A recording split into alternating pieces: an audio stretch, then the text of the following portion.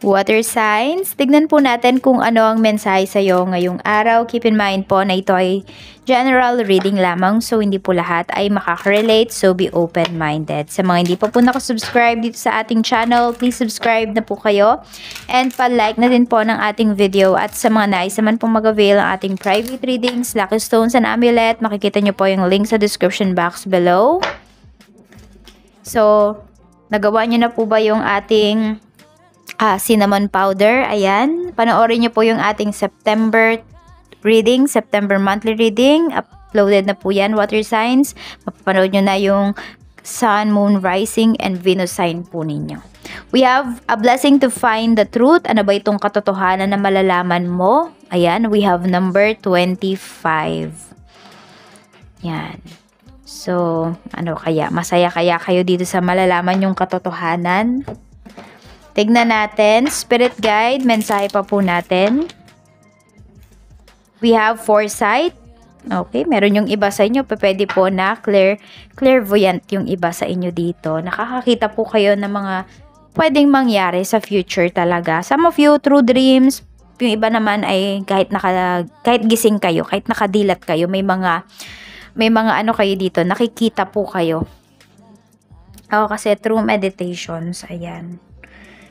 So, iba-iba tayo ng gifts. Pero, ayan. Tignan natin kung ano pa ang mensahe para sa'yo. Spirit guide, mensahe pa po natin. Give each other space. Okay, mukhang may nag-i-stock sa'yo dito, water sign. So, yung taong to, pwedeng hindi kanyan kinakausap, pero lagi ang nagwa-wonder, ano bang ginagawa mo? Tignan po natin, ano pa ang mensahe. We have the clouds. Meron tayo ditong the stars. So, parang mas buo yung inyong loob, mas buo po yung inyong mga gustong gawin. I mean, siguradong sigurado kayo. Siguradong sigurado kayo dito kung sino ba yung gusto nyong kausapin, sino yung namimiss ninyo. We have the mountain, parang wala nang makakapigil sa inyo dito. Water signs ngayong araw. So, tignan po natin kung ano pa ang mensahe pagdating po sa trabaho. Mukhang may namimiss kayo dito. We have the bear. Ayan po. We have the key. So, medyo nahihirapan yung iba sa inyo dito pagdating sa trabaho ngayong araw. Pwedeng medyo nakaka-stress talaga. Tignan natin. Para kasing hindi kumikilos yung mga katrabaho mo dahil hindi ko alam kung absent ba yung boss ninyo. Ayan, or kung sino man yung absent dito na parang strict sa inyo. Water signs. Kaya parang nagpapaisi-isi yung mga katrabaho mo dito. Tapos ikaw naman, focus ka lang dito talaga sa work mo. Ayan. Sobrang focus na focus po talaga kayo. Every details talaga pagdating dito sa inyong trabaho ay pine-perfect ninyo. Ayan, perfectionist yung karamihan sa inyo dito. Tignan po natin ano pa ang mensahe pagdating sa negosyo. Pagdating sa negosyo, you put your heart talaga sa iyong trabaho. Ayan, so pwede po pagdating sa negosyo ninyo, water sign, sinasantabi nyo muna talaga yung inyong mga personal life. Ayan. We have the rider. Okay, so pwedeng medyo meron dito, kulang kayo sa tauhan. So, pwede po na kayo yung magde-deliver. Ayan, ngayong araw na ito. Kayo yung magde-deliver sa mga clients nyo. So, pwede rin madami kayong deliveries dito.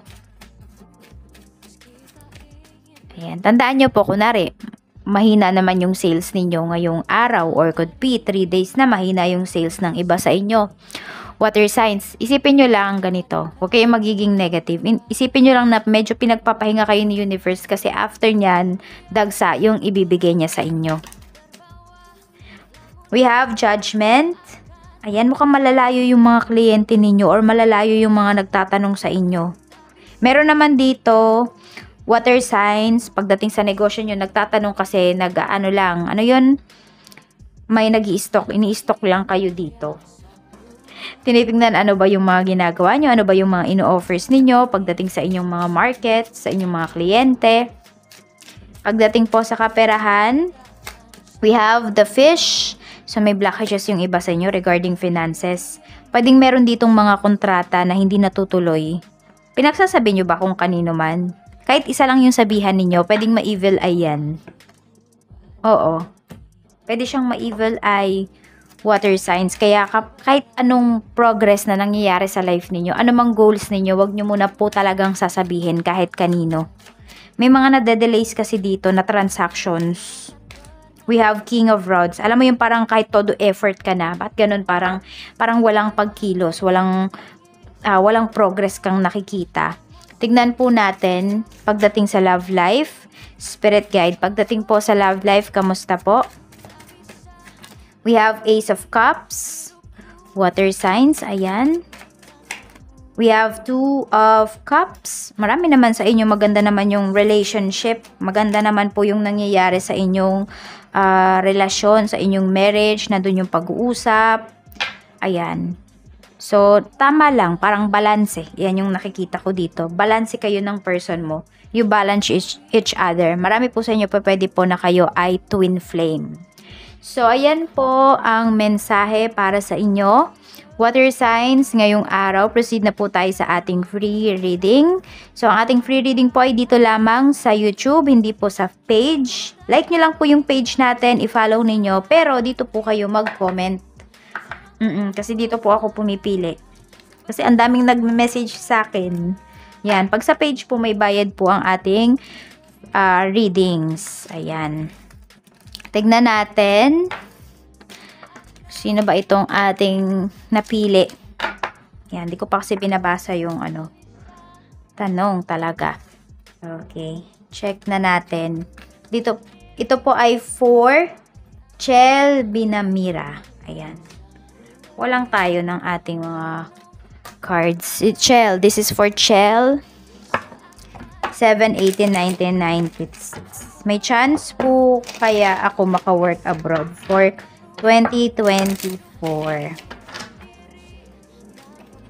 Two of Swords. Mukhang mamili ka dito kung saan ka ba pupunta. Ten of Wands. Ayan o, mukhang may mga aayusin ka talaga dito. And Knight of Swords. Grab mo yung mga opportunities na darating sa'yo. Yes, mayroon. Ayan o. Siyempre, kailangan mo din kumilos. Kailangan mo maging, kailangan mo maging maagap sa mga opportunities. Ayan, we have, ayan o. Pag-aralan mo lang kung saan mo ba talaga gusto na pumunta na bansa. And sure ball, makakaalis ka by 2024. So, punta na po tayo sa question number 2. This is for Lenny Patong. December 25, 1984. May gusto po ba ang kapatid ng amo kong babae sa akin? Ayan, tignan natin kung may gusto ba yung kapatid ng amo mo sa'yo. May gusto ba siya? The Lovers. May asawa na ba yun? Three of Wands. Oo, meron. Attracted siya sa'yo. Six of, mabait ba yan sa'yo? Kasi ito, energy to ng mabait eh. Kasi may gusto yan po sa'yo. Type ka nyan. Oh. So, pag-isipan mo din, syempre mahirap na, hindi ba? So, yes, mayroon. Punta na po tayo sa ating next question. This is for Jeneline Ochavillo. Ayan, maraming salamat nga po pala sa mga nagtsatsagang mag-comments. And ayusin nyo lang po talaga. Sunod po kayo sa rules natin and masasagot ko yan. Kaya nga dinagdagan ko na ngayon. Ginawa ko ng 5. Diba dapat 2 lang. So hanggang September 4 lang po itong ating free reading. Ayan, si Jeneline Ochavillo, June 26, 1988. Dalaga pa daw siya. Ayan, dalaga pa po ako. Tanong ko po, magkakaanak pa ba ako? Tignan natin. Actually, di ako sumasagot ng about pregnancy. Pero, ayan, tignan natin. Hindi ko din alam kung ba't ko ito sinagot. Ba't ko ba pinili? Page of Cups, may chance ka pang magkaroon ng anak. The Moon. Ito, alam mo ba, pregnancy card yan? Siguro, desire mo talaga na magkaroon ng anak. Queen of Wands. Ayan, Kaya lang kasi dalaga ka pa. Siyempre, pwedeng ang makapareha mo dito or maging tatay ng anak mo. Sino? Si King of Cups. Water signs, Cancer, Pisces, and Scorpio. Ah, same. Water signs nga pala to. Ayan o. Pwede. Oo. Pwedeng kapwa mo water signs. Ayan. Baka may makilala ka dito. Could be a Scorpio. Pwede. So, ayan po. Good luck. And habol na. Ayan. Kasi, syempre, tinatanong mo to. Ibig sabihin, gusto mo talaga na magkaroon ng anak. So, humahabol ka na po. Punta naman po tayo sa next question natin. This is for Josephine Obang. March 6, 1973. Hi po, may BF po ako ngayon. Tanong ko lang, seryoso ba siya? Tignan natin, seryoso ba sa'yo yung boyfriend mo, Josephine Obang? 7 of Cups, 8 of Pentacles. Medyo confused pa siya, pero gusto niya mag-workout yung relationship ninyo. Siguro tinitignan niya din kung pang seryosohan ba to, pang ano ba, pupunta ba to sa mas malalim pa na connection. We have 6 of Swords. Mukhang ano lang naman, ano to? Magaan lang naman yung energy dito sa relationship ninyo. Ayan. Gustong i-workout. So, seryoso. The Hierophant. Seryosohan yan. Oo, seryoso siya sa'yo.